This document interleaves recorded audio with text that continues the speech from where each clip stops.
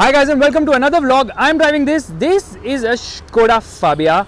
This is the petrol model and the car comes courtesy of Durga Car Decor to me. So make sure to follow them on Instagram by clicking on the link in the pinned comment. Here you open the engine bay. Oh my god, it is heavy. It's a Skoda at the end of the day. 1.2 litre petrol engine, no engine covering properly. That's kind of surprising. Design looks nice. Typical Skoda design language. Looks a bit too like Yeti-ish at the front somehow. May I say that? I don't know. Fog lamp, headlamp, no LEDs, none of that bullshit was there. But the wipers are really rad on the car. Look at the wipers. They look super cool. Like, I like them. Coming to the side of the car now, this is a premium hatchback in the real sense, but the engine was a bit of a disappointment, which we'll talk about when we're driving this car. The wheels on the car, 185/65 14s. Again, typical Skoda alloy wheel design. They could have spent some money in designing the wheels. Why are they so plain and basic? But I like the logo. I like the old Skoda logo. It looks really very nice.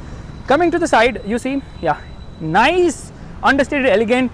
Says Fabia HTP, high torque performance. Rear parking sensors. This is the towing hook of the car. Yeah, that is the towing hook of the car. Where's the exhaust? Exhaust is there, hidden. No fake exhaust happening here. Let's open the boot of the vehicle. And there you see, boot is actually big enough. 60/40 split seat. Spare wheel is not an alloy. Well, it's a smaller size tire, 185/60 14. Yeah, that's small. That's what she said. Okay, let's just shut this. Nice, I like that. This is not very heavy. I thought it would be heavy. Coming to the rear, well, I like the fabric on the seats. Door pockets are missing here. Must have fallen somewhere. Two adjustable headrests, but there's this hump for no reason. There's a cup holder there. But you know what? Two adjustable headrests because there's a hump. So only two people can sit, but no center armrest. Why though? All power windows, obviously one touch up and down. Meanwhile, cabin is not wide enough, but spacious enough. Headroom is good.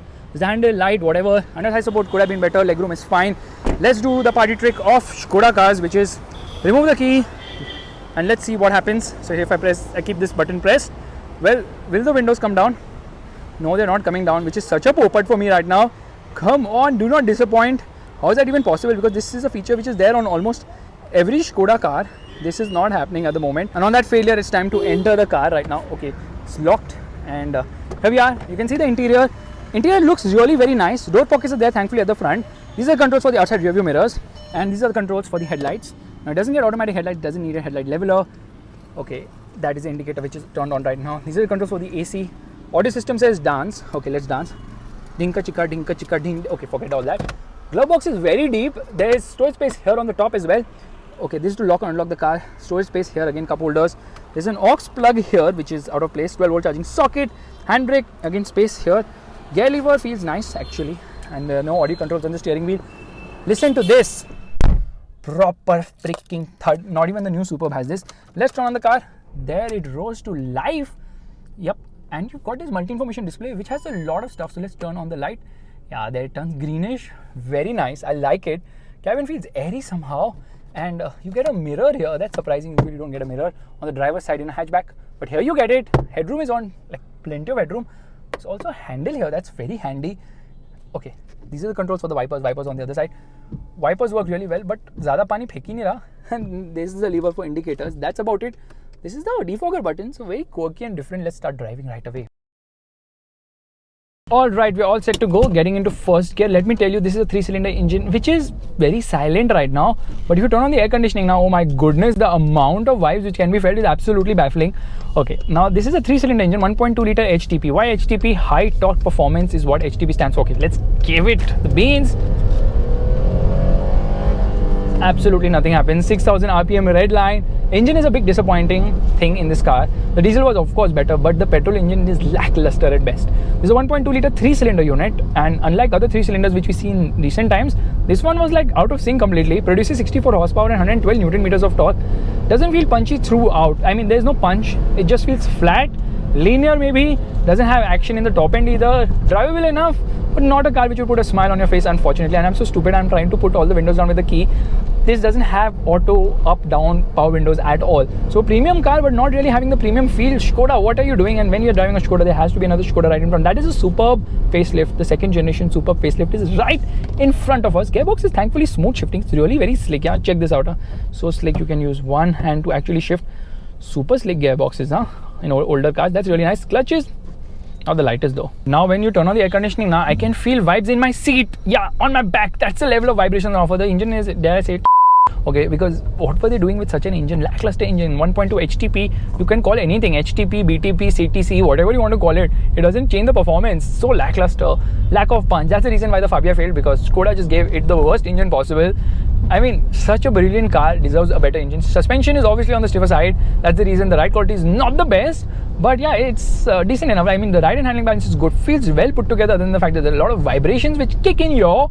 Steering is actually quite heavy, has decent amount of feel at the higher speeds as you speed up, obviously, and the car is also stable at higher speeds. It weighs more than your average hatchback for sure, and that weight actually blunts performance and also blunts the fuel efficiency of this car. This will return somewhere between 11 to 12 kilometers per litre, which by the way is not respectable for a hatchback in India, of course. So yeah, they should have offered they did try to do better with the powertrain options. Now this is like one of the slickest shifting gearboxes I have witnessed in recent times. Really slick shifting. I love the gearbox on this car. Okay, let's take a U-turn and see how good does it perform in terms of U-turn. Brakes are good but a little bit grabby for my liking. Body roll is well contained, although that's the stiff suspension helping the cause in terms of handling characteristics of this car. Okay, that's a Mini. Love the color on that one. Skoda was really optimistic with the Fabia, thinking they'll sell a lot of units, but when that did not happen, then they pulled the plug on it. So the cousin brother obviously is the Polo, which is still selling well. Not really, actually. I'm just being stupid. Abrupt at the red line. 6000 RPM is nothing. I mean, come on car, you can go beyond 6000 RPM. Why is it just like 6000 RPM? I don't know why VW Group does this of offering 6000 RPM red lines. Even the Polo has a 6000 RPM red line. Why? Come on, sportier cars, they should reach 6500 RPM. The one thing I appreciate about Honda is, since there's a City VTEC right in front of us, they will keep the red line at 7000 RPM. Take that extra 500 RPM, it's just extra 500 RPM, but it makes a huge difference. I mean, the joy of redlining Honda City is unparalleled. The lack of joy of redlining a Fabia is also unparalleled. Air conditioning off, which is like actually sport mode in this car. Now, you will not like this car for the engine, of course. The diesel, like I told you, was better. By the way, I had a diesel Fabia for a long term. Skoda had given it to me long back. I remember taking it to Lavasa. You can see this picture. It looks cool. Now, I had a lot of fun cornering the car because, yeah, stiffness and steering feel was okay, fine. Better than other hatchbacks in those days, and fuel economy was brilliant too. Used to return around 20 kilometers per litre. What would be the reason for buying a petrol Fabia? Well, because you don't want to pay for diesel. Although diesel as a fuel was much cheaper nowadays, so things have gone for a toss only completely. If somebody would have told me about diesel fuel costing so much as petrol, I would be like laughing at them, but the joke is on me right now. So as you see it, the reason to buy a Fabia is of course the build quality. For people who wanted something which is built to last and stable, like look at this, the build quality is great. Other than the fact that the vibrations are actually being felt because of the 3-cylinder engine, everything feels really nice on this car in terms of build and fit finish levels, which is very impressive. Cornering ability is nice, good amount of grip on offer, but the engine is so bad now, it doesn't let you exploit that fun factor which you would expect from a Skoda. Well, that's a disappointment. And on that disappointment, it's time to end. Thank you so much for watching. If you like this video, you know what you have to do. Give the thumbs up. That's a like button. And also subscribe to the channel. This car is best driven sedately. I didn't even try to wheel spin because what's the point? I will not wheel spin. I will look like a joker. And that's the end of this vlog.